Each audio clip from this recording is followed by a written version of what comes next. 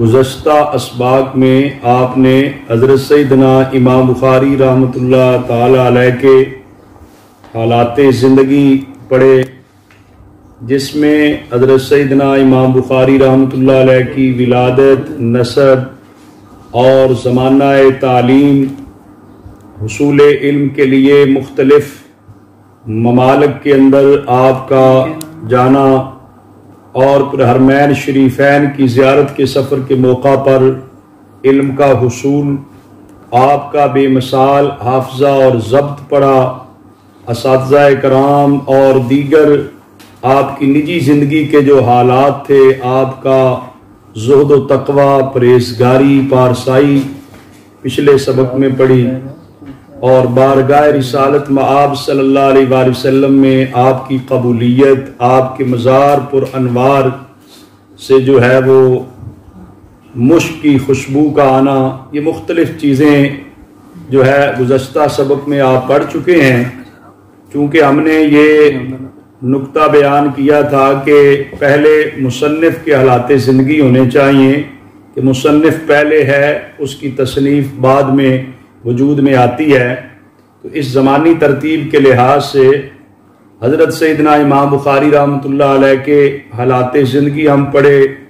اب جو ہے آپ کی تصنیف کردہ، آپ کی جملہ تصانیف میں بھی شاہکار تصنیف صحیح بخاری شریف جو ہے، اس کے حوالے سے آج چند گزارشات پیش کرنے کی میں سعادت حاصل کروں گا۔ اللہ تبارک و تعالی حضرت سیدنا امام بخاری رحمۃ اللہ علیہ کے درجات بلند فرمائے، آپ کے فیوز و برکات سے ہم سب کو مستفیض و مستنیر فرمائے، آپ کی تحریر کردہ، تصنیف کردہ صحیح بخاری شریف کو صحیح معنوں میں پڑھنے، سمجھنے اور صحیح بخاری شریف سے جو تعلیمات و ہدایات نبوی ملیں ان پر عمل کرنا آسان فرمائے۔ عزیز طلبہ، یوں تو حضرت سیدنا امام بخاری رحمۃ اللہ علیہ کی 20 تصانیف ہیں، لیکن جو شہرت، عظمت اور قبولیت صحیح بخاری شریف کو حاصل ہوئی، وہ آپ کی دیگر تصانیف کو حاصل نہیں ہو سکی، کہ تمام امہات کتب حدیث شریف میں صحیح بخاری شریف کو جو مقام حاصل ہوا، وہ دیگر ذخیرہ حدیث میں کسی مجموعہ حدیث کو حاصل نہیں ہو سکا، بلکہ علماء امت کا اس بات پر اتفاق ہے کہ اصح الکتب بعد کتاب اللہ، کتاب اللہ کے بعد، قرآن مجید کے بعد صحیح ترین کتاب، مستند ترین کتاب صحیح بخاری شریف ہے۔ روئے زمین پر صحیح بخاری شریف سے بڑھ کر اور کوئی ذخیرہ حدیث میں سے ایسی کتاب نہیں ہے جو صحیح بخاری شریف سے بھی زیادہ صحیح اور مستند قرار دی جاتی ہو۔ تو یہ اعزاز اور اکرام حاصل ہوا ہے صحیح بخاری شریف کو۔ تو حضرت سیدنا امام بخاری رحمۃ اللہ علیہ کی حدیث پاک کی اس مجموعے کو، صحیح بخاری شریف کو تحریر کرنے سے پہلے اگر دیکھا جائے تو تدوین حدیث پاک کا تو رواج پڑ چکا تھا، اور کچھ جو ہے کتب حدیث منظر عام پر موجود تھیں، ان کی بھی ایک اپنی عظمت اور شان ہے۔ دیکھیں کتابوں میں جو حدیث پاک پر لکھی گئی، حضرت سیدنا امام اعظم ابو حنیفہ نعمان بن ثابت رضی اللہ تعالیٰ عنہ کی کتاب الآثار کا بھی تذکرہ کیا جاتا ہے، اس کا بھی ایک اپنا منفرد مقام ہے، وہ بھی پہلے موجود تھی۔ اور اسی طرح حضرت امام مالک رضی اللہ تعالیٰ کا موطا امام مالک جو ہے، اس کو بھی بڑی قبولیت اور شہرت نصیب ہوئی۔ اور حضرت سیدنا سفیان ثوری رضی اللہ تعالیٰ عنہ کی جامع سفیان ثوری، مصنف ابن ابی شیبہ، مصنف عبد الرزاق، اور حضرت سیدنا امام احمد بن حنبل رحمۃ اللہ علیہ کی مسند امام احمد بن حنبل جو تھی، یہ بہت بڑی بڑی کتابیں اور بڑے لوگوں کی کتابیں تھیں۔ یہ ذخیرہ حدیث میں ان کا بھی ایک نام اور مقام تھا، لیکن صرف اتنی بات ہے کہ حضرت سیدنا امام بخاری رحمۃ اللہ علیہ سے پہلے جتنے بھی احادیث مبارکہ کے مجموعہ تیار کیے گئے ان کے اندر جو ہے یہ التزام نہ رکھا گیا کہ صرف اور صرف وہ حدیث پاک ذکر کی جائے گی جو سند کے لحاظ سے صحیح کے درجے اور مرتبے تک پہنچتی ہے۔ صرف یہ فرق ہے کہ اگرچہ پہلے جتنے ذخیرہ حدیث موجود تھا ان کے اندر بھی صحیح احادیث مبارکہ موجود تھی، انہی سے ہی تو استفادہ کر کے حضرت سیدنا امام بخاری رحمۃ اللہ علیہ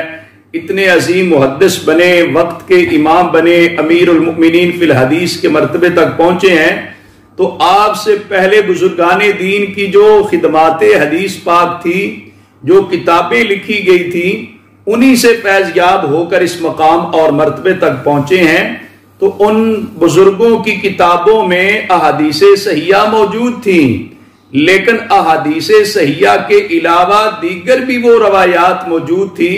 جو سند کے لحاظ سے مرتبہ صحیح تک نہیں پہنچی تھی۔ انہوں نے اس بات کا التزام نہیں کیا تھا، تو حضرت سیدنا امام بخاری رحمۃ اللہ علیہ نے اس بات کا التزام کیا کہ میں ایسا ذخیرہ حدیث، مجموعہ حدیث تیار کروں گا جس میں صرف اور صرف جو ہے احادیث صحیحہ لائی جائیں گی۔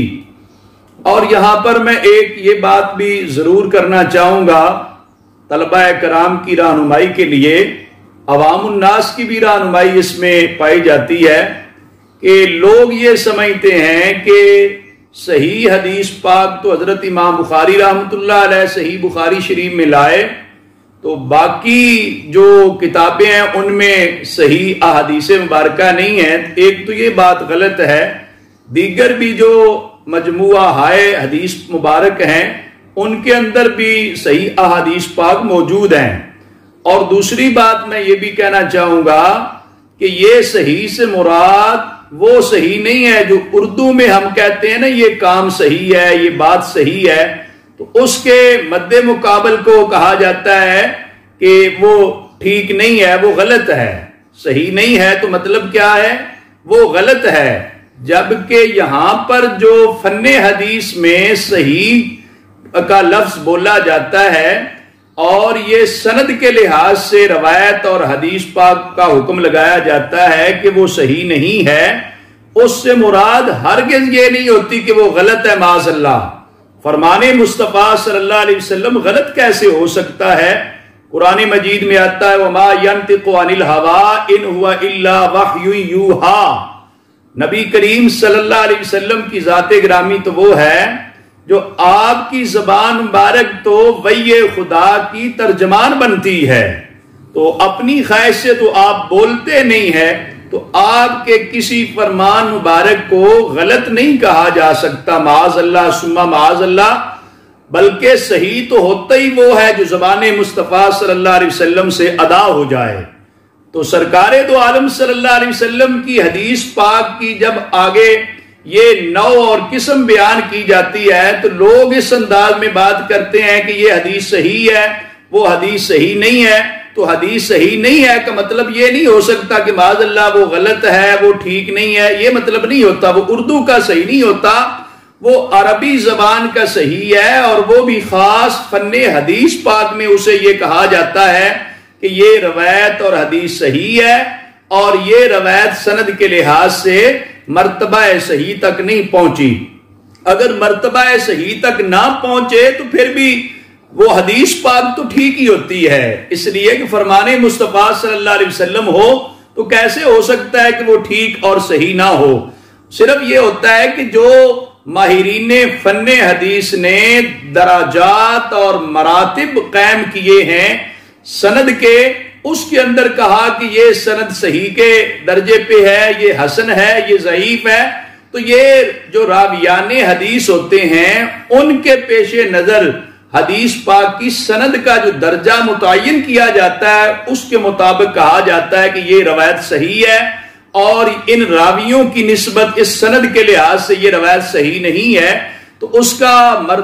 جو ہے مطلب ہرگز یہ نہیں ہوتا جو عوام سمجھتی ہے کہ یہ حدیث صحیح نہیں ہے تو معاذ اللہ وہ غلط ہے، ایسے نہیں ہوتا۔ اگر عربی زبان میں فن حدیث کے لحاظ سے کہا جائے کہ یہ حدیث صحیح نہیں ہے، تو پھر بھی آگے میں اردو میں بات کرتے وقت میں احتیاطاً یہ کہوں گا، طلباء کو نصیحت بھی کروں گا، جہاں پر کوئی تقریر کرتے وقت یا عوام الناس کے اجتماع میں گفتگو کرتے وقت لوگوں کے سامنے یہ بات کی جائے کہ یہ روایت صحیح نہیں، یہ حدیث صحیح نہیں، تو فوراً کہا جائے ساتھ ہی کہ روایت سند کے لحاظ سے یا حدیث سند کے لحاظ سے صحیح کے مرتبے پہ نہیں ہے۔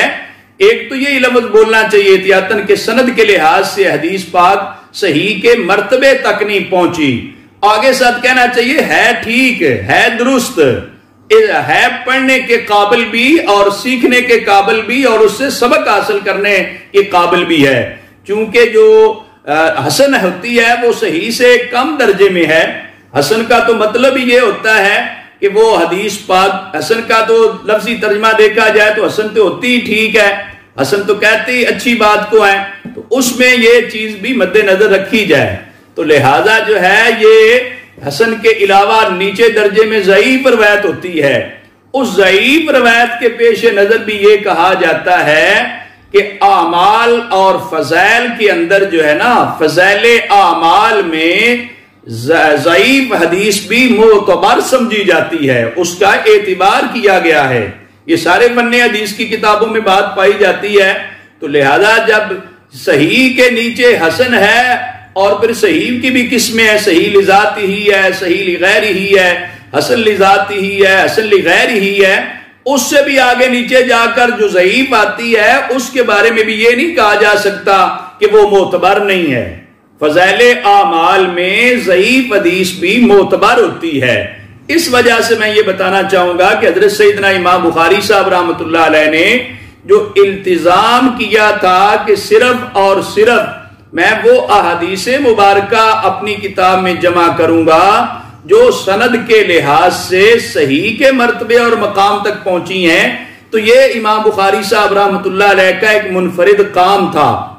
ریسرچ اور تحقیق کی دنیا میں جو لوگ کام کرتے ہیں وہ جانتے ہیں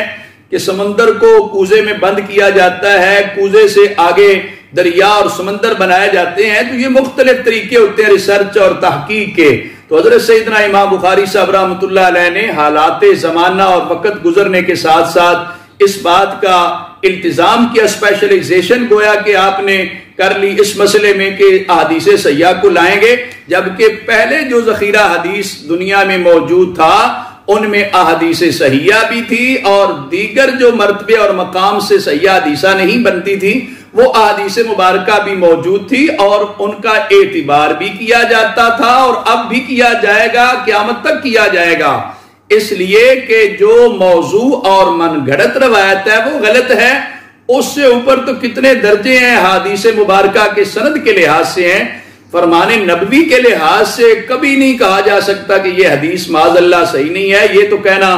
بہت بڑا جرم اور گناہ ہے۔ کافر لوگ بھی حضور علیہ الصلوۃ والسلام کو صادق و امین قرار دیتے تھے، تو سرکار دو عالم صلی اللہ علیہ وسلم کا کوئی فرمان مبارک جو ہے اس کو یہ نہیں کہا جا سکتا معاذ اللہ وہ غلط ہے، وہ ٹھیک نہیں ہے، وہ صحیح نہیں ہے۔ فرمان بحیثیت فرمان نبوی صحیح ہوتا ہے، صرف جن راویان حدیث کی وساطت سے آگے لوگوں تک پہنچتی ہے وہ روایت اور حدیث، ان راویوں کے حالات، ان کے اپنے کردار اور بہت ساری فن حدیث میں چیزوں کو پرکھا جاتا ہے، جانچا جاتا ہے، پھر جا کر حدیث پاک کے وہ درجے متعین کیے جاتے ہیں۔ تو جو سپیشلسٹ لوگ ہیں، ماہرین فن ہیں، انہوں نے ان چیزوں کا لحاظ کر کے درجے متعین کیے ہیں۔ تو اس درجے کے لحاظ سے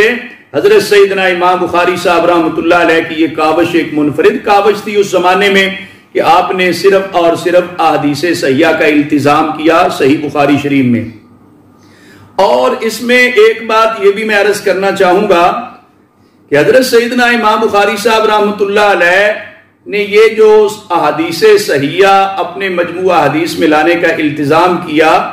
اس کے اسباب کیا تھے، وجوہات کیا تھی؟ ایک تو اہل علم فرماتے ہیں کہ سبب یہ بنا کہ حضرت امام بخاری رحمۃ اللہ علیہ کے استاد گرامی حضرت اسحاق بن راہویہ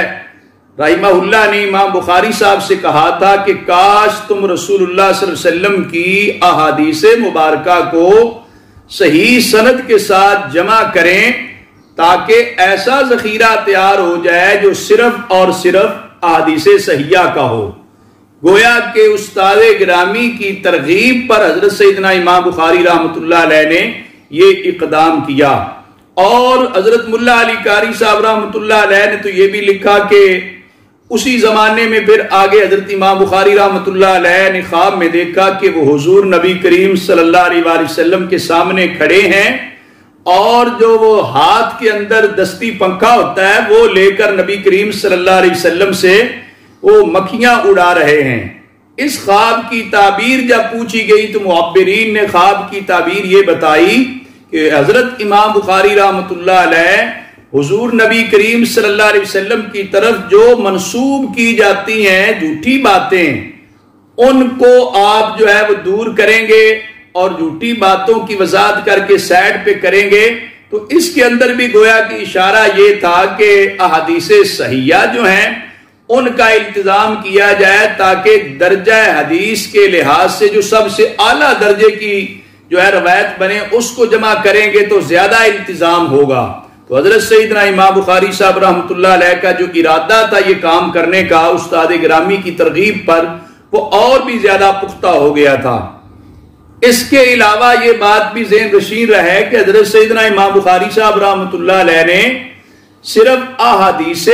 صحیحہ کو جمع کرنا ہی مقصود نہیں تھا۔ یہ تو بات آپ نے پڑھ لی کہ احادیث صحیحہ کو جمع کرنا مقصود تھا اور کیا، لیکن صرف مقصود یہ نہیں تھا۔ آپ کی جو لکھی گئی صحیح بخاری شریف ہے اس کو اگر پڑھا جائے تو پتہ چلتا ہے کہ آپ نے حدیث پاک سند کے ساتھ ذکر کرنے سے پہلے ہر حدیث شریف پر تقریباً جو ہے ترجمہ الباب قائم کیا۔ کبھی ترجمہ الباب کے تحت ایک حدیث پاک لے کر آئے، کبھی زیادہ بھی لے کر آئے، اور کبھی ایسے بھی ہوا صرف ترجمہ الباب پر اکتفا کر دیا، آگے پھر اس ترجمہ الباب کے مطابق کوئی ایک حدیث بھی سند کے ساتھ روایت نہیں کی، جس سے پتہ چلتا ہے کہ حضرت امام بخاری صاحب رحمۃ اللہ علیہ کا ایک مقصد صحیح بخاری شریف لکھنے کا یہ بھی تھا کہ ترجمہ الباب اوپر جو لکھا گیا نا اس میں مسائل کا استدلال مقصود تھا۔ امام بخاری صاحب رحمۃ اللہ علیہ مجتہد ہیں، آپ کی شان مجتہدانہ جو تھی اس کے پیش نظر تراجم ابواب میں باقاعدہ طور پر آپ نے شرعی اور فقہی مسائل اخذ کیے۔ تو یہ حضرت سیدنا امام بخاری صاحب رحمۃ اللہ علیہ نے جو تراجم ابواب ہیں ان کو قائم کر کے مسائل کا استدلال کیا ہے۔ اور پھر ایک سبب یہ بھی ہے آپ کی صحیح بخاری شریف کے تالیف کرنے کا کہ جو احادیث مبارکہ آپ نے لائی ہیں ان سے بھی آپ مسائل کا استنباط فرماتے ہیں۔ تب بھی تو ایک حدیث پاک کو ایک باب میں بھی ذکر کرتے ہیں، اسی حدیث پاک کو کسی دوسرے باب میں بھی، تیسرے میں بھی، بلکہ کئی بار تو یوں بھی ہوتا ہے کہ ایک حدیث پاک 15 16 مقامات پر بھی آ جاتی ہے صحیح بخاری شریف میں۔ تو حضرت امام بخاری رحمۃ اللہ علیہ کا چونکہ ایک بڑا مقصد یہ تھا کہ مسائل کا استنباط کیا جائے کہ اس حدیث پاک سے یہ بھی مسئلہ نکلا تو اس باب کے مناسب مسئلہ تھا تو وہ ذکر کر دیا، پھر اسی حدیث پاک کو آپ نے جو ہے وہ دوسرے مقام پہ ذکر کیا تو دوسرا مسئلہ ثابت کر دیا، تیسرے مقام پہ ذکر کیا تیسرا مسئلہ ثابت کر دیا۔ تو حضرت سیدنا امام بخاری رحمۃ اللہ علیہ کا ایک بنیادی مقصد یہ بھی تھا کہ صحیح بخاری شریف لکھنے کا تاکہ مسائل شرعیہ جو ہیں ان کا استنباط ہو سکے۔ مثال کے طور پر دیکھیں، ایک حدیث پاک ہے جس کا حصہ ہے نبی کریم صلی اللہ علیہ وآلہ وسلم نے صحابہ اکرام کو دیکھا کہ وہ جلدی میں پاؤں دھو رہے تھے اور پورے پاؤں نہیں دھوئے جا رہے تھے، تو آپ نے ارشاد فرمایا ویل للعقاب من النار، بلند آواز سے حضور نے فرمایا ویل للعقاب من النار، فرمایا کہ ہلاکت ہے ان ایڑیوں کے لیے جہنم کی آگ سے، جن ایڑیوں کو پورا دھیان سے دھویا نہیں جا رہا، وہ ایڑیاں مطلب ہے جو اگر ایسے کیا جائے تو پھر پاؤں خشک رہ جائے گا، پاؤں خشک رہنے سے وضو نہیں ہوگا، وضو نہیں ہوگا تو نماز نہیں ہوگی۔ حضور نے بطور وعید یہ ارشاد فرمایا بلند آواز سے۔ تو مقصد یہ تھا کہ پاؤں کو صحیح دھیان سے دھویا جائے. تو حضرت امام بخاری صاحب رحمۃ اللہ علیہ نے باب غسل الرجلین ولا یمسح ولا القدمین باب کے اندر بھی لے کر آئے کہ پاؤں کو دھویا جائے اور مسح نہ کیا جائے. تو دوسرے مقام پر اس حدیث پاک کو اس باب میں بھی لے کر آئے کتاب العلم میں، جس میں اندر یہ تھا مر رفع صوتہ بالعلم، کہ علم کی بات دیتے وقت جو ہے آواز بلند کی جائے. چونکہ بلند آواز سے آپ نے یہ ارشاد فرمایا تھا، تو پڑھانے والے کو آواز بلند کرنا پڑتی ہے، تقریر کرنے والے کو بلند کرنا پڑتی ہے. مقصد یہ ہوتا ہے کہ زیادہ لوگوں تک آواز پہنچے اور لوگ دھیان توجہ کریں. تو حضرت امام بخاری صاحب رحمۃ اللہ علیہ کا ایک مقصد چونکہ یہ تھا کہ حدیث پاک ایک جگہ پہ ذکر کر دی پاؤں دھونے دھیان سے چاہیے، دوسری جگہ پہ ذکر کر دی کہ آواز بلند آواز سے ہونی چاہیے. تو یہ حضرت سیدنا امام بخاری رحمۃ اللہ علیہ نے باقاعدہ طور پر جو ہے یہ اس مقصد کو ذکر کیا ہے. اس مقصد کے پیش نظر جو ہے وہ احادیث مبارکہ کا مجموعہ حدیث جو ہے صحیح بخاری شریف اس کو تیار کیا ہے. اسی طرح دیکھا جائے تو حضرت سیدنا امام بخاری رحمۃ اللہ علیہ نے تبھی تو اس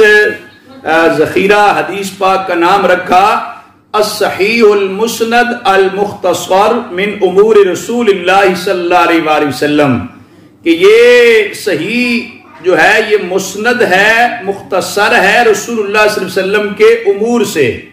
یہ رسول اللہ صلی اللہ علیہ وسلم کے اقوال مبارک، آپ کے اعمال مبارک، آپ کے افعال مبارک، آپ کی صفات مبارک جو ہیں اس حوالے سے رسول اللہ صلی اللہ علیہ وآلہ وسلم نے یہ جو ہے نا آپ کے اقوال و احوال پر مشتمل جو فرامین ہیں ان کو جمع کرنے کی سعادت حاصل کی ہے. اور ایک بات میں یہ بھی کہنا چاہوں گا کہ جو صحیح حدیث پاک ہوتی ہے نا، جس کو کہتے ہیں سند کے لحاظ سے، وہ ہوتی ہے جس کے راوی ثقہ اور متصل ہوتے ہیں. تو حضرت سیدنا امام بخاری صاحب رحمۃ اللہ علیہ نے جو صحیح احادیث مبارکہ کا التزام کیا ہے، تو صحیح وہ ہوتی ہے جس کے راوی ثقہ بھی ہوں، متصل ہوں. ثقہ سے مراد ہوتی ہے کہ راوی مسلمان ہو، عادل ہو، کامل ضبط والاتقان ہو، یعنی اس کا راوی کا ضابطہ حافظہ جو ہے وہ مضبوط ہو. کثیر الملازمت مع الشیخ ہو، یہ بھی ہے کہ وہ راوی کیسا ہو، یعنی راوی کے اندر جب صفات میں اضافہ ہوتا جاتا ہے تو حدیث پاک کی سند کی صحت کے اندر بھی ارتقاء اور اضافہ ہوتا چلا جاتا ہے. امام بخاری صاحب رحمۃ اللہ علیہ کے نزدیک جو ثقہ راوی ہے، جو صحیح حدیث پاک کے لیے راوی کا ثقہ ہونا ضروری ہوتا ہے، اس میں یہ کہا کہ ثقہ راوی وہ ہوتا ہے جو مسلمان ہے، پتہ چلا جو مسلمان نہیں ہے وہ ثقہ راوی نہیں ہے.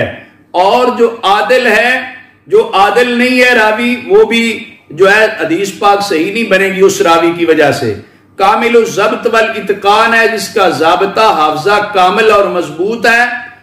وہ راوی اگر ہوا تو تب حدیث صحیح بنے گی. اور پھر کثیر الملازمت مع الشیخ ہو، یہ حضرت سیدنا امام بخاری رحمۃ اللہ علیہ کے نزدیک ثقہ راوی کے لیے شرط ہے کہ راوی کثیر الملازمت مع الشیخ کا مطلب کیا بنا؟ وہ شیخ کے ساتھ جو ہے جڑا رہے، شیخ کے ساتھ زیادہ وقت گزارے. آج تو ہمیں بامر مجبوری یہ آن لائن کا سسٹم جو ہے کرونا وائرس کی وجہ سے شروع کرنا پڑ گیا ہے. ویسے تو شاگرد جتنا استاد کے قریب بیٹھتا ہے، کلاس پہ دھیان سے بیٹھتا ہے، ادب احترام سے بیٹھتا ہے، زیادہ ٹائم لگاتا ہے، اتنا زیادہ جو ہے اس کو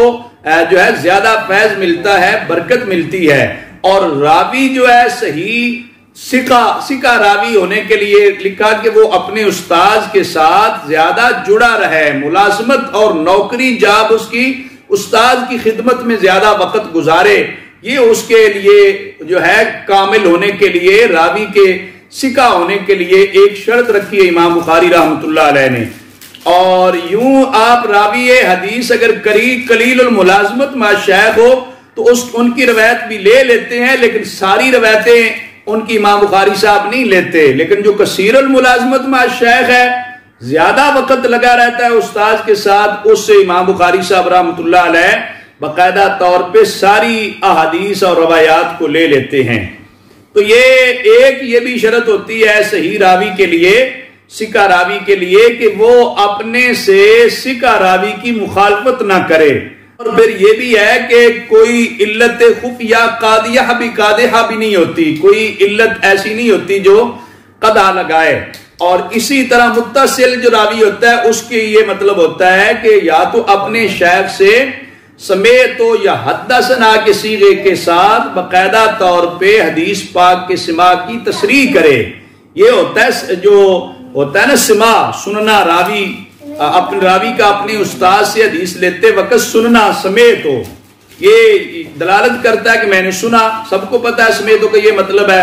حدثنا کا لفظ جو ہوتا ہے یہ بھی سماع پر دلالت کرتا ہے. تو لہذا اسی طرح ان بھی ہے، یا انا فلان قال کا جملہ بولا جائے، ان فلان کے ساتھ بھی لی جائے تو وہ بھی سماع ہے، لیکن وہ دوسری شکل ہے. لیکن جو زیادہ جو ہے نا وہ سمیت اور حدثنا ہے. تو حضرت سیدنا امام بخاری صاحب رحمۃ اللہ علیہ نے جو شرائط صحیح لکھی ہیں نا، ان میں ایک شرط یہ بھی لکھی ہے کہ راوی حدیث جو ہے اپنے شیخ اور اپنے استاد سے باقاعدہ طور پر وہ حدیث پاک سنی ہو اور ملاقات بھی ثابت ہو. حضرت امام مسلم صاحب رحمۃ اللہ علیہ نے جو صحیح حدیث کی شرائط لکھی اس کے اندر وہ صرف زمانہ پایا گیا نا راوی اور راوی کے استاذ کا، تو انہوں نے اس بات کو سمجھ لیا کہ زمانہ ایک تھا لہذا سنی ہوگی. لیکن امام بخاری صاحب رحمۃ اللہ علیہ صرف معاصرت اور ہم زمانہ ہونے کو دلیل نہیں بناتے، آپ باقاعدہ طور پہ یہ شرط لگاتے ہیں کہ راوی اپنے استاد سے باقاعدہ طور پہ ملاقات کرے. ملاقات ثابت ہو گئی ہے تو پھر کہا جائے گا کہ اس نے حدیث پاک یقینی طور پہ سن کے آگے بیان کر رہا ہے. تو لہذا جو ہے ان سے آپ اندازہ لگا سکتے ہیں کہ جو امام بخاری صاحب رحمۃ اللہ علیہ نے التزام کیا صحیح احادیث مبارکہ کا، اس صحیح حدیث ان شرائط کے تحت جو بنتی ہیں ان کا التزام آپ نے کر رکھا تھا. تو جو ان شرائط سے قدرے نچلے درجے والی بنتی ہیں روایات اور سند کے لحاظ سے، تو ان کو بھی یہ نہیں کہا جا سکتا کہ وہ جو ہے وہ ٹھیک نہیں ہے، وہ بھی اپنی جگہ پہ درست ہوتا ہے. اس طرح آواز آ رہی ہے؟ اچھا چلیں ٹھیک ہے. میں بات یہ کر رہا تھا، پہلے میں نے بات سمجھانے کی کوشش کی ہے کہ صحیح حدیث پاک کس کو کہتے ہیں جن کا التزام امام بخاری صاحب رحمۃ اللہ علیہ نے کیا ہے. وہ آپ نے پڑھ لیا کہ جن شرائط کے تحت سند کے لحاظ سے حدیث صحیح ہوتی ہے، وہ امام بخاری صاحب رحمۃ اللہ علیہ کی قدر شرائط بھی باقی محدثین کرام کی نسبت زیادہ کڑی اور سخت شرائط ہیں. یہی آپ کی محنت تھی جس بنیاد پہ حدیث پاک کے لیے زیادہ اہتمام کیا گیا، تو اللہ تعالیٰ نے آپ کے خلوص کو، محنت کو، اہتمام کو قبول فرمایا. دوسری بات یہاں پہ بتانا ضروری یہ بھی تھی کہ آپ کی جو صحیح بخاری شریف ہے وہ فن حدیث کے لحاظ سے جو کتب حدیث ہیں صرف صحیح نہیں ہے، جامع بھی ہے. بعض ایسی کتب حدیث پاک ہیں جن کو صحیح کہا جاتا ہے لیکن انہیں جامع نہیں کہا جا سکتا. امام بخاری صاحب رحمۃ اللہ علیہ کی جو صحیح بخاری ہے وہ جامع صحیح بخاری ہے. اور جامع کا بھی وہ مطلب نہیں ہے کہ جو اردو میں لوگ بولتے ہیں تو اگرچہ اس کے ساتھ قریب ہے، لیکن فن حدیث میں جامع بخاری کا بھی خاص مطلب ہے. جامع اس کتاب کو کہا جاتا ہے جو 8 مخصوص عنوانات کے تحت احادیث ذکر کی جائیں. جس کتاب میں 8 عنوانات کے تحت جو ہے نا مخصوص احادیث ذکر کی جاتی ہیں اس کتاب کو جامع کہا جاتا ہے. تو صحیح بخاری شریف جو ہے صحیح ہونے کے ساتھ ساتھ جامع بخاری بھی ہے، چونکہ اس میں 8 مخصوص عنوانات کے تحت احادیث مبارکہ جمع کی گئی ہیں. وہ 8 عنوانات کیا بنتے ہیں؟ ایک یہ ہے سیر، دوسرا تفسیر، تیسرا آداب، چوتھا عقائد، پانچواں فتن، چھٹا احکام، ساتواں اشراط اور 8واں جو عنوان ہے وہ مناقب ہے. یہ 8 عنوانات کے تحت احادیث مبارکہ صحیح بخاری میں جمع کی گئی ہیں. تو لہٰذا آپ بولتے وقت بھی اسے بولیں گے جامع صحیح بخاری. اور جو جامع ترمذی شریف ہے وہ بھی جامع کی اقسام میں سے بنتی ہے، یہ کتب حدیث کی اقسام میں سے بن گئی. تو جامع ترمذی شریف بھی ہے اور بخاری شریف جو ہے اس کو بھی کہتے ہیں جامع صحیح بخاری شریف کے اندر یہ حدیث پاک موجود ہے. یعنی جامع اس لحاظ سے کہا جاتا ہے کہ اس میں 8 موضوعات پر مشتمل احادیث مبارکہ لائی گئی. صحیح اس بنیاد پہ کہا جاتا ہے کہ اس میں احادیث صحیحہ کا صرف التزام کیا گیا. تو باقی حضرت سیدنا امام بخاری رحمۃ اللہ علیہ نے جو حدیث پاک جمع کرتے وقت ادب اور اہتمام کو مد نظر رکھا وہ گزشتہ گفتگو کے اندر بھی ذکر کر دیا تھا کہ حضرت سیدنا امام بخاری صاحب رحمۃ اللہ علیہ نے ایک تو جو احادیث صحیحہ کا التزام کرنا اور پھر 8 موضوعات میں سے کسی موضوع کے تحت حدیث پاک کا لانا، اس بنیاد پر جو ہے یہ ہے کہ آپ نے 6 لاکھ احادیث نبویہ میں سے حضرت سیدنا امام بخاری صاحب رحمۃ اللہ علیہ نے یہ انتخاب کر کے یہ صحیح بخاری شریف آپ نے جمع فرمائی تھی.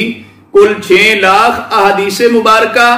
ان میں پھر اس کا التزام کرنے کی بدولت جو ہے وہ کل جو ہے حافظ ابن صلاح کی تحقیق کے مطابق صحیح کی کل احادیث کی تعداد 7275 ہے. 7275 احادیث مبارکہ صحیحہ جو ہیں صحیح بخاری شریف میں ہے.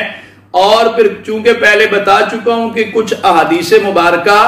کسی غرض سے دوبارہ بھی لائی جاتی ہے، تکرار کے ساتھ آ جاتی ہیں، تو وہ اگر تکرار کو ختم کیا جائے تو پھر جو ہے وہ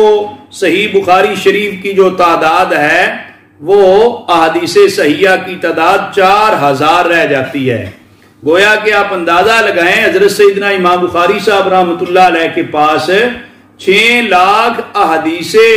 مبارکہ کا ذخیرہ موجود تھا، تو ان 6 لاکھ احادیث مبارکہ میں سے انتخاب کر کے 7275 لے کر آئے اور تکرار کو ختم کیا جائے تو باقی تقریباً 4000 احادیث مبارکہ رہ جاتی ہیں. اور پھر جو احادیث مبارکہ لے کر آئے اس میں ایک بات یہ بھی ذہن نشین رہے، حضرت امام بخاری صاحب رحمۃ اللہ علیہ کی کچھ روایات ہیں جن پر آپ کو بہت زیادہ فخر تھا. ان کو کہا جاتا ہے ثلاثیات، جو سب سے اعلیٰ سند بلند سند کے ساتھ امام بخاری صاحب رحمۃ اللہ علیہ لے کر آئے. اور ان کو ثلاثیات اس لیے کہا جاتا ہے کہ حضرت امام بخاری صاحب رحمۃ اللہ علیہ کا نبی کریم صلی اللہ علیہ وآلہ وسلم تک صرف 3 واسطے بنتے ہیں. یہ امام بخاری صاحب رحمۃ اللہ علیہ کو اس بات پہ بڑا مان اور فخر ہے کہ اتنے قریب کی مجھے حضور علیہ کو اتنے قریب کے واسطوں کے ساتھ مجھے حاصل کرنے کی مجھے لینے کا اعزاز ملا ہے. تو یہ کل صحیح بخاری شریف میں 22 روایات بنتی ہیں جن کو کہا جاتا ہے کہ 22 روایات ثلاثیات ہیں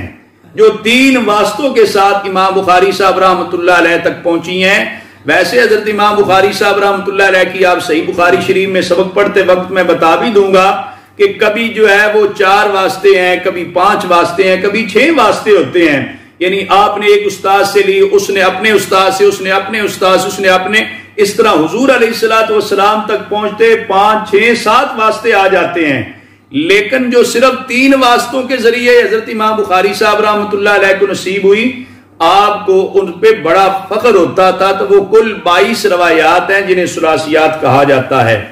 بہرحال یہ حضرت سیدنا امام بخاری صاحب رحمۃ اللہ علیہ کے اہتمام کی بات ہو رہی تھی کہ آپ نے 6 لاکھ احادیث مبارکہ سے انتخاب کیا، جس میں 7275 احادیث صحیحہ لے کر آئے صحیح بخاری شریف میں.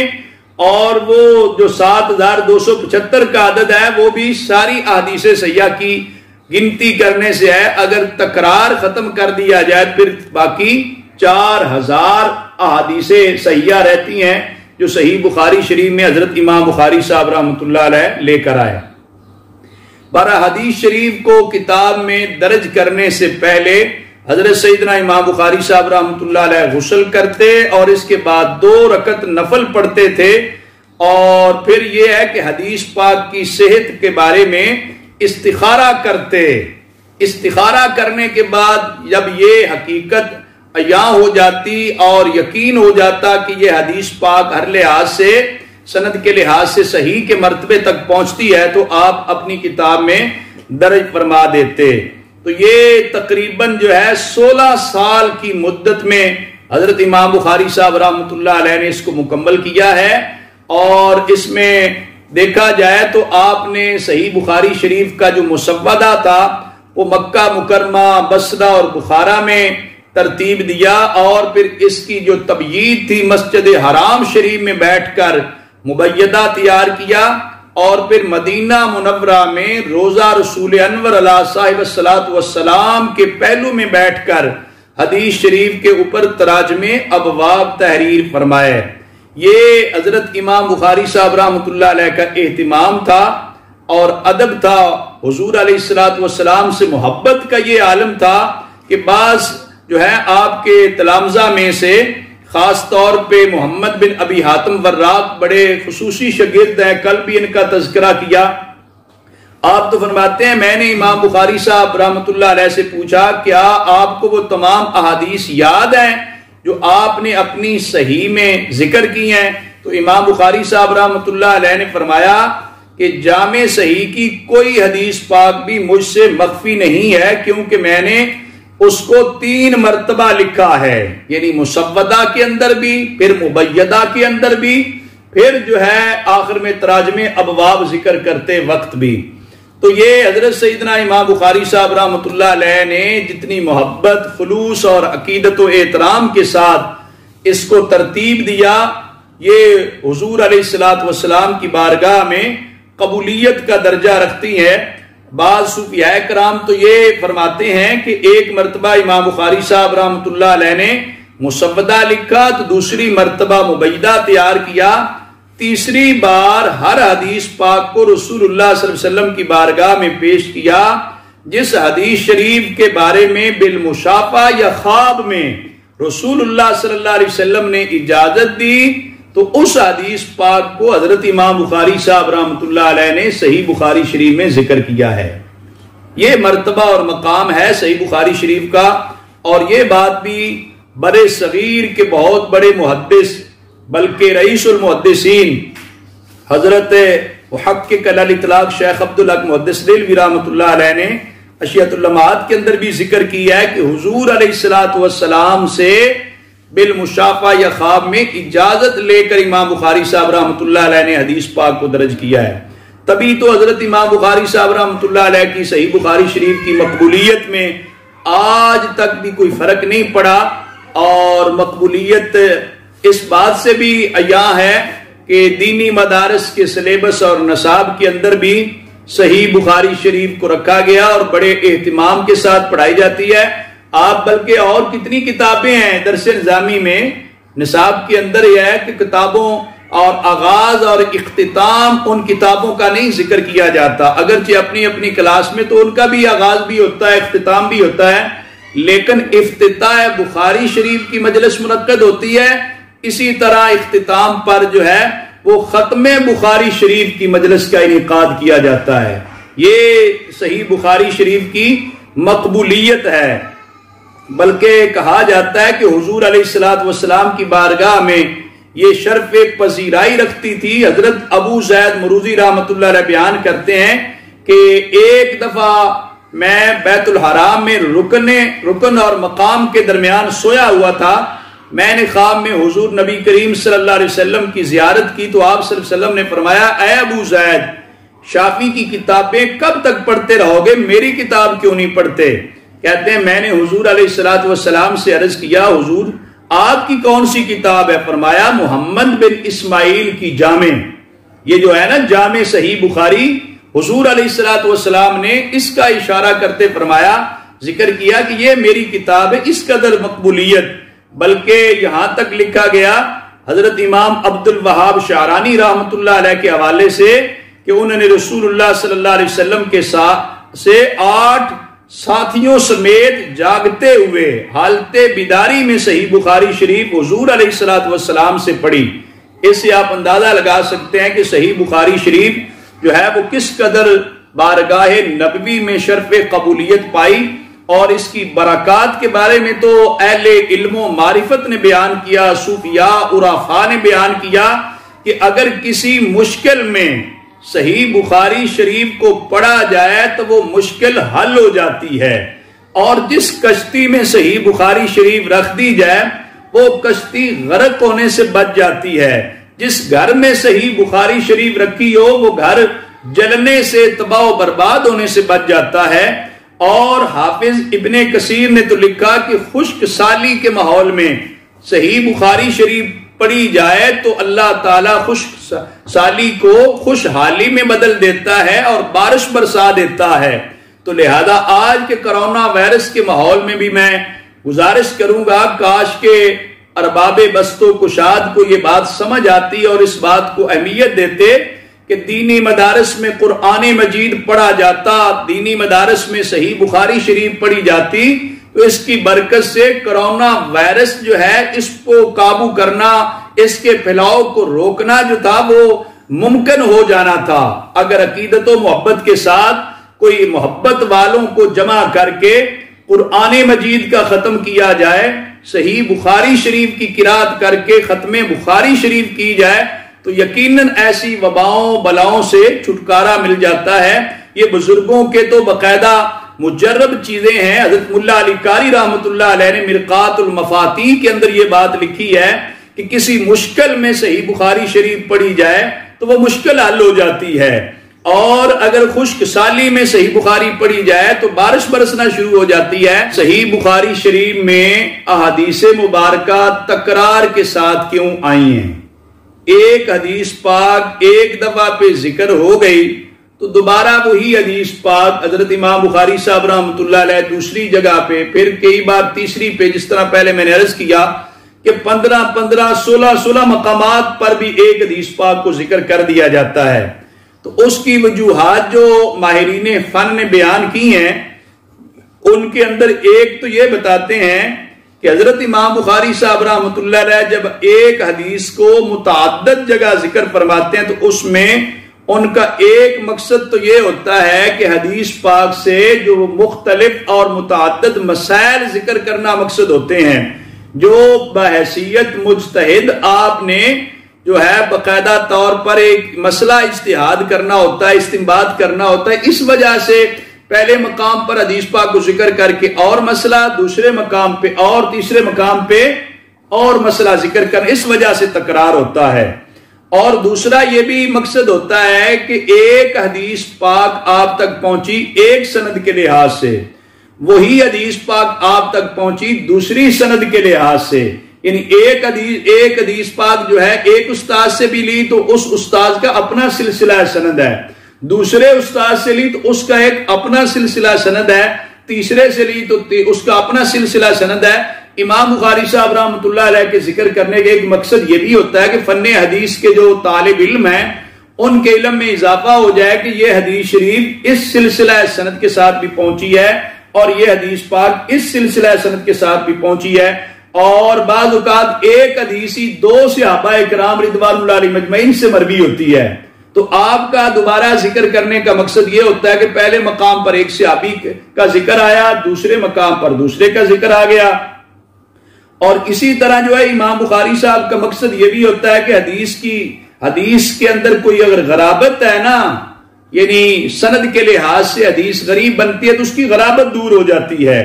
بسا اوقات یہ بھی کرتے ہیں امام بخاری صاحب رحمۃ اللہ علیہ کہ ایک جگہ پر حدیث پاک تو بتمامے ہی ذکر کر دیتے ہیں، یعنی پورے کی پوری، دوسرے مقام پر اس کا کچھ حصہ ذکر ہو جاتا ہے، تیسرے مقام پر متعلقہ اس باب کے تیسرا حصہ ذکر ہو جاتا ہے، تو یہ بھی ایک لحاظ سے مقصد ہوتا ہے۔ بہرحال کبھی یہ بھی مقصد ہوتا ہے کہ ایک حدیث پاک حضرت امام بخاری صاحب رحمۃ اللہ علیہ نے ارسالن روایت کی ہے اور دوسرے مقام پہ ذکر کرنے کا مقصد یہ ہوتا ہے میرے تک یہ حدیث پاک متصل بھی پہنچی ہے، تو اتصالن سند کے ساتھ بھی آپ ذکر کرتے ہیں۔ کبھی ایک حدیث پاک کو مرفوعاً روایت کرتے ہیں، دوسرے مقام پر موقوفاً بیان کرتے ہیں، تو یہ فن حدیث کے فوائد و ثمرات ہیں۔ اس وجہ سے آپ نے تکرار کے ساتھ جو ہے کچھ احادیث مبارکہ ذکر کی ہیں۔ بہرحال ایک دوسری اور آخری بات یہ بھی میں کرنا چاہوں گا، صحیح بخاری شریف کی بے شمار شروحات ہیں، اس لیے کہ حضرت امام بخاری صاحب کی جو صحیح بخاری تھی فنی حیثیت کے لحاظ سے رجال حدیث پر بے باسے کی گئی، مشکل الفاظ پر باب کی مناسبت ہے، استنباط مسائل ہے، اور کچھ سوالات وارد ہوتے ہیں، ان سوالات کا جواب بھی باقاعدہ طور پر آپ جو ہے وہ ارشاد فرماتے ہیں۔ تو یہ بہت ساری چیزوں حضرت امام بخاری صاحب کی صحیح بخاری میں ہے، تو شارحین حدیث نے بڑی محنت کی ہے، جو آپ دیکھیں تو بے شمار شروحات ملتی ہیں جو صحیح بخاری شریف کی ہیں۔ بہرحال علامہ غلام رسول سعیدی صاحب نے جو ذکر کی ہیں ان میں فرمایا کہ اعلام السنن بھی ہے علامہ خطابی کی، اور اسی طرح شرح البخاری ہے جو ابن بطال کے نام سے مشہور ہے، اور اسی طرح جو ہے شرح البخاری امام فخر الاسلام علی محمد بزدوی صاحب کی بھی ہے، شرح البخاری جو ہے قاضی ابو بکر محمد بن عبداللہ ابن عربی کی بھی ہے، اور کتاب النجا یہ شرح امام نجم الدین عمر بن محمد نصفی حنفی صاحب کی ہے، شواہد التوضیح ہے، التلوی بھی ایک شرح بخاری ہے، القوابق الدراری ہے، منہ الباری ہے، مصابی الجامع، اور پھر شرح شروحات بخاری میں دو اہم ترین جو شروحات ہے نا، وہ ایک فتح الباری ہے حافظ ابن حجر اسقلانی صاحب رحمۃ اللہ علیہ کی، ان کا سن وصال بنتا ہے 852 ہجری، یہ ایک شروحات میں منفرد اور بڑی شرح بخاری سمجھی جاتی ہے۔ 17 جلدوں میں آپ نے اس کو مکمل کیا تھا، تقریباً 29 سال میں۔ حافظ ابن حجر اسقلانی رحمۃ اللہ علیہ یہ جامع اسلام آباد کی لائبریری میں بھی پڑھی ہے فتح الباری، یہ جو ہے 29 سال لگا کر ابن حجر اسقلانی رحمۃ اللہ علیہ نے 17 جلدوں میں مکمل فرمائی تھی۔ اور پھر جو عمدۃ القاری ہے نا، وہ بھی ایک بڑی شرح ہے، بلکہ جو مجھے سمجھ آئی ہے اس کے مطابق عمدۃ القاری بخاری شریف کی شروحات میں سب سے اعلیٰ مرتبے اور منصب کی سمجھی جاتی ہے۔ حافظ ابن حجر اسقلانی رحمۃ اللہ علیہ کی فتح الباری جو ہے وہ چونکہ خود امام شافعی رحمۃ اللہ علیہ کے مقلد ہیں، تو ان کی پھر جو احادیث مبارکہ ہیں ان میں وہ روایات ذکر ہیں تائید جو فقہ شافعی کی تائید میں ملتی ہیں، اور حضرت شرح کے اندر بھی انہوں نے پھر اس بات کو جو فقہ شافعی کا موقف ہے اس کو تقویت اور تائید میں دلائل دیے ہیں۔ جبکہ عمدۃ القاری شرح صحیح بخاری جو امام حافظ بدر الدین عینی رحمۃ اللہ علیہ کی ہے، یہ ان کا سن وصال بنتا ہے 855 ہجری، آپ نے 26 سال میں عمدۃ القاری شرح صحیح بخاری جو ہے آپ نے لکھی تھی، اور 25 اجزاء میں مکمل کیا جو 12 جلدوں پر مشتمل تھی۔ یہ بھی الحمدللہ جامع اسلام آباد کی لائبریری میں یہ موجود ہے عمدۃ القاری شرح صحیح بخاری۔ چونکہ یہ امام بدر الدین عینی صاحب رحمۃ اللہ علیہ حنفی تھے، تو انہوں نے پھر وہ جو سوالات احادیث پاک کو پڑھتے وقت سمجھتے وقت فقہ حنفی پر آتے تھے ان کے جوابات بھی دیے، اور مزید دلائل دے کر احادیث مبارکہ سے فقہ حنفی کے موقف کو ثابت کیا۔ تو یہ فقہ حنفی کے جو پیروکار طالب علم ہیں ان کے لیے اور بھی زیادہ مفید ہے کہ انہیں عمدۃ القاری شرح صحیح بخاری پڑھتے وقت جہاں حدیث پاک کی صحیح تشریح اور تعبیر ملے گی، اس کے ساتھ ساتھ فقہ حنفی کی جو مسائل ہیں ان کی تائید اور موقف کی پختگی سمجھ آئے گی، اور زیادہ جو ہے اپنی فقہ حنفی کے ساتھ ان کا تسلب بنے گا۔ بہرحال حضرت امام بدر الدین عینی رحمۃ اللہ علیہ کی یہ شرح مبارک جو ہے یہ بڑی مستند ہے، اور میں الحمدللہ جب سے دورہ حدیث شریف پڑھانا شروع کیا ہے تو میں عمدۃ القاری شرح صحیح بخاری کو ترجیح میں رکھتا ہوں مطالعے میں، اور صحیح بخاری شریف کو پڑھتے سمجھتے وقت میں سمجھتا ہوں جتنے جہتوں اور پہلوؤں سے امام بخاری صاحب نے امام بخاری صاحب کی صحیح بخاری شریف کی حدیث پاک کو حل کیا امام بدر الدین عینی رحمۃ اللہ علیہ نے، اتنا شاید کسی اور نے نہ کیا ہو۔ آپ ایک تو ترجمہ الباب کی جو حدیث پاک سے مطابقت ہوتی ہے اس کو ذکر کرتے ہیں، اور اس کے علاوہ جو رجال حدیث ہوتے ہیں راویان حدیث ان پر بھی بحث کرتے ہیں، اس کے علاوہ پھر جس صحابی کرام کی روایت ہوتی ہے اس صحابی کرام کے حالات زندگی بھی آپ ذکر کرتے ہیں، اور اس کے علاوہ جو ہے وہ آپ جو ہے مختلف جو ہے نا لغت اعراب معانی بیان بدی کے حوالے سے بھی ذکر کرتے ہیں۔ حدیث کا جو مورد ہوتا ہے وہ بھی بیان کرتے ہیں، مسائل مستنبطہ بیان کرتے ہیں، فوائد حدیث پا مختلف فقہی مسالک کو بیان کرتے ہیں، امام اعظم ابو حنیفہ رضی اللہ تعالیٰ عنہ کے